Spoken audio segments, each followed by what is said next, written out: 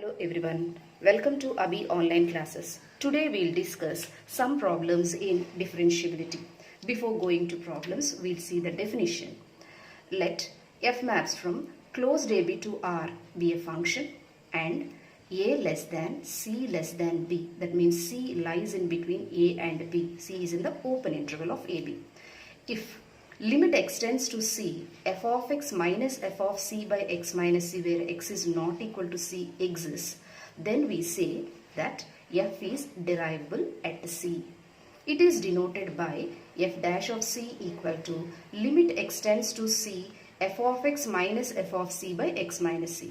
If this limit exists, we say f is derivable at c and it is denoted by f dash of c.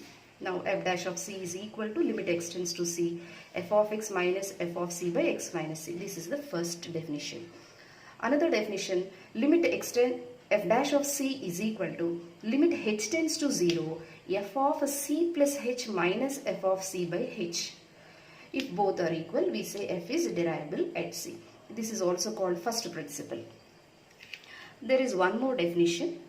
F is said to be derivable at c if left-handed derivative of f at c and right-handed derivative of f at c both must exist and they must be equal. Left-handed derivative of f at c and right-handed derivative of f at c both must exist and they must be equal. Left-handed derivative of f at c is equal to limit extends to c minus f of x minus f of c by x minus c. We write it as LHD, left-handed derivative. Whereas right-handed derivative of f at c is R f dash of c equal to limit extends to c plus f of x minus f of c by x minus c.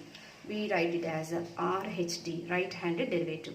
If these two both must exist and equal, then we say f is derivable, or we call it as differentiable. F is said to be differentiable or derivable at c if these two exist and equal. Now we'll examine the continuity and differentiability of the function f of x is equal to x into sine of 1 by x when x is not equal to 0 and f of x equal to 0 when x is equal to 0. We have to examine whether it is continuous and differentiable at x equal to 0 or not. Already we have seen this problem in the chapter continuity. Now we have to discuss differentiability. Again I have done how it is continuous here. Let us see. Left-handed limit. Limit extends to 0 minus f of x. Limit extends to 0 minus f of x here is x into sine of 1 by x. Replacing x by 0 minus h. Here also 0 minus h. And the limit also converts to h. Limit h tends to 0 minus h sine of minus 1 by h. Sine is an odd function. So sine of minus theta gives minus sine theta. So minus into minus plus. Limit h tends to 0, h into sine of 1 by h. Put h equal to 0.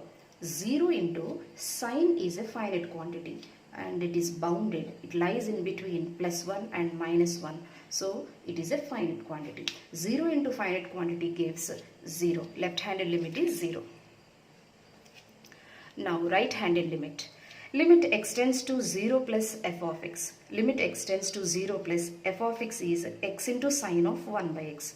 Replace x by 0 plus h. Limit h tends to 0, 0 plus h sine of 1 by 0 plus h. Limit h tends to 0, h into sine of 1 by h. Put h 0. 0 into finite quantity gives 0. So right-handed limit is also 0. And the third condition is put x equal to 0 here. F of 0 also 0. Therefore all the three, left-handed limit and right-handed limit and f of 0, three are equal to 0. Therefore, left-handed limit equal to right-handed limit and it is equal to f of 0. Therefore, f is continuous at 0. Just I have revised this problem. Already we have seen in the continuity chapter. It is clearly continuous at x equal to 0. Now we will see differentiability. Whether it is differentiable or not. Now first we see left-handed derivative of f at 0. This is LHD. Limit x tends to 0 minus f of x minus f of 0 by x minus 0. Replace x by 0 minus h. So f of 0 minus h minus f of 0 by 0 minus h minus 0. Limit h tends to 0. F of minus h minus f of 0 by minus h. Limit h tends to 0. Already we have f of x here in this problem, x into sine of 1 by x. So we have to replace x by minus h sine of 1 by minus h minus, and we know f of 0 is 0 by minus h. In the problem itself we know f of 0 is equal to 0. In the question itself we have f of 0 is equal to 0. Now limit h tends to 0 minus h sine of minus 1 by h by minus h. Cancel minus h. Sine of minus theta gives minus sine theta. It is an odd function.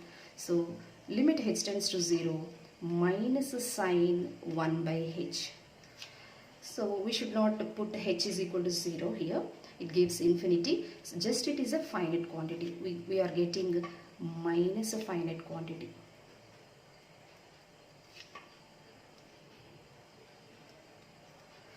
It is its range is minus 1 to plus 1. Just it is a finite quantity we write down. We got a left-handed derivative of f. Left-handed derivative of f at 0 is minus finite quantity.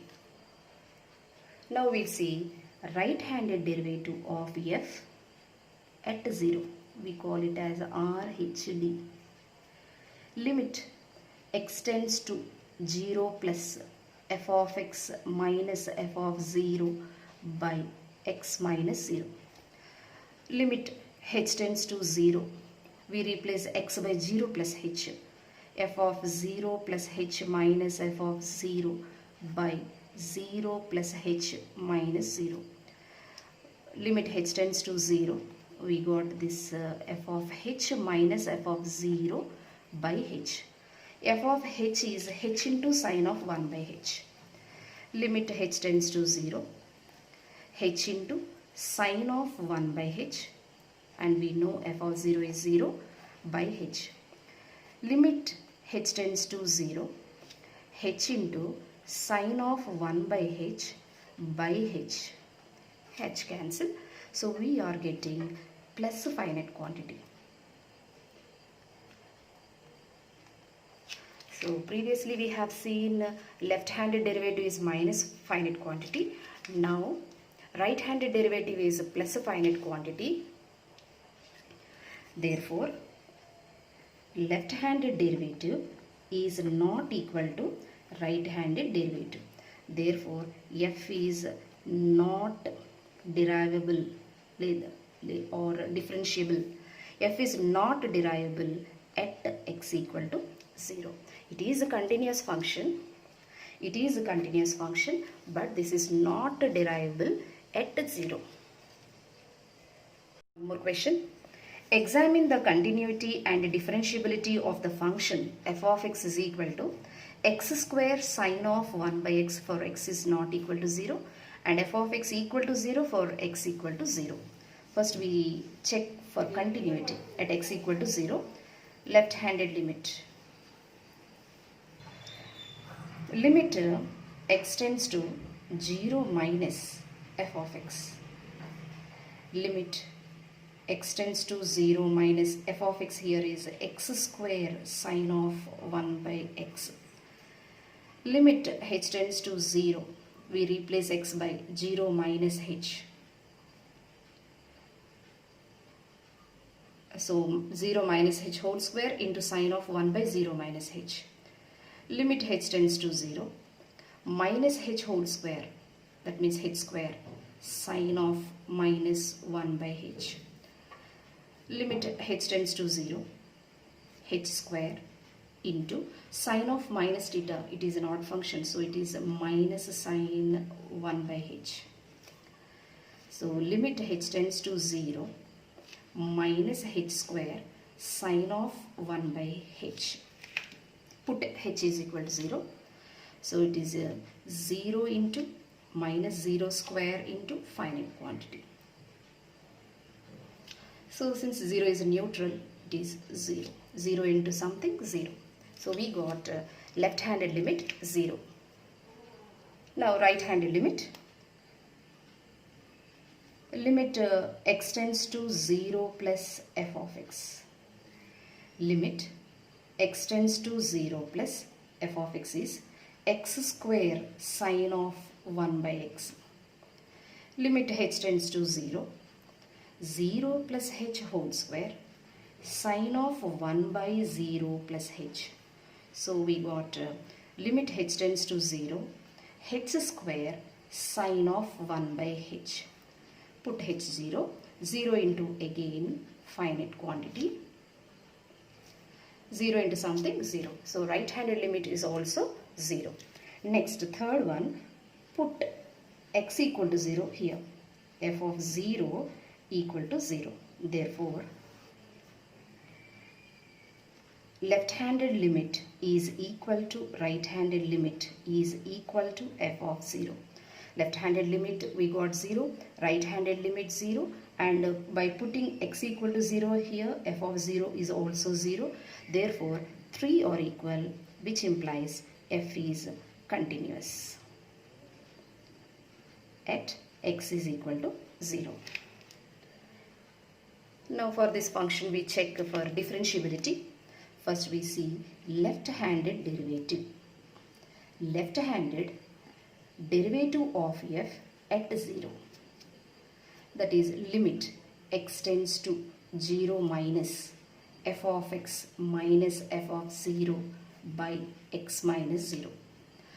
Limit h tends to 0. We replace x by 0 minus h.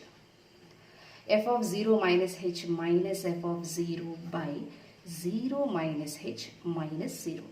So we got limit h tends to 0. F of minus h minus, here by putting x equal to 0 here, f of 0 is 0 by minus h. Limit h tends to 0. Now we prepare f of minus h. F of minus h is minus h whole square into sine of 1 by minus h by minus h. So limit h tends to 0. Minus h whole square means h square. Sine of minus theta gives minus sine theta, that is a sine of minus a sine of 1 by h by minus h. We cancel minus and 1 h. By putting h equal to 0, 0 into sine of 1 by h is a finite quantity. 0 into something, 0. So we got left-handed derivative.